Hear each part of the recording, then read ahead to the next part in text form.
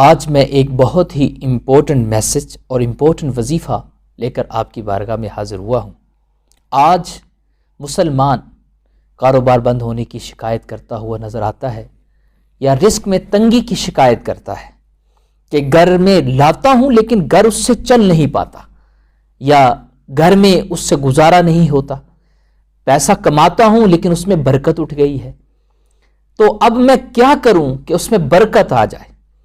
تو یہ وظیفہ جو میں آج آپ کو دوں گا، اگر آپ نے اس پر عمل کر لیا تو مجھے اللہ کی بارگاہ سے امید ہے کہ انشاءاللہ پیسہ اور رزق آپ پر بارش کی طرح برسے گا، بلکہ آپ اس کے ذریعے لوگوں کو دینا شروع کر دیں گے۔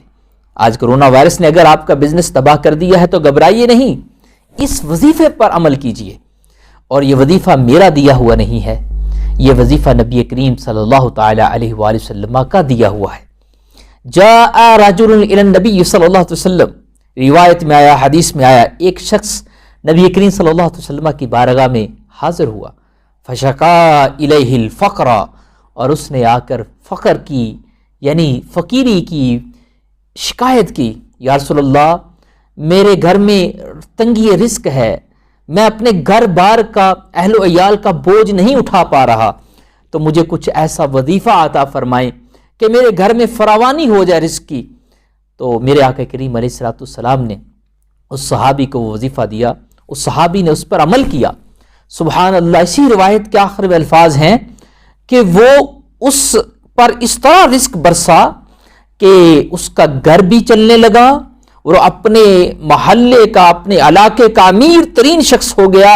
وہ اپنے نیبرز کو بھی دینے لگا اور اپنے ہمسایوں کو بھی وہ رزق تقسیم کرنے لگا، یہاں تک کہ رشتہ داروں کی بھی خدمت کرنے لگا۔ اور وہ وظیفہ کیا ہے جس کو میرے آقا کریم علیہ السلام نے صحابی کو دیا؟ وہ وظیفہ یہ ہے، سرکار مدینہ صلی اللہ علیہ وسلم نے ارشاد فرمایا، اے صحابی کہ تو یوں کیا کر کہ جب تو گھر میں جائے، فسلم ان کان فی احد او لم یکن، تو سلام کیا کر گھر والوں کو، اگرچہ گھر میں کوئی ہو یا نہ ہو، السلام علیکم کہا کرو۔ اس کے بعد تم مجھ پر درود یا سلام بھیجا کرو، مجھ پر سلام پڑھا کرو۔ سلام پڑھنے کا آسان طریقہ یہ بھی ہو سکتا ہے، الصلاۃ والسلام علیک یا رسول اللہ، یا السلام علیک یا ایھا النبی، دونوں میں سے کسی ایک طریقے سے ہم سلام پڑھ سکتے ہیں۔ سرکار مدینہ صلی اللہ علیہ وسلم نے فرمایا، پھر تیسرا عمل تو نے ساتھ یہ کرنا ہے، تو نے ایک بار سورہ اخلاص یعنی قل هو اللہ احد اللہ الصمد لم یلد ولم یولد ولم یکن لہ کفوا احد، یہ والی سورت تو نے پڑھنی ہے۔ اس صحابی نے عمل کیا تو سبحان اللہ وہ لوگوں کو بھی دینے والا بن گیا، اپنے علاقے کا امیر ترین شخص بن گیا۔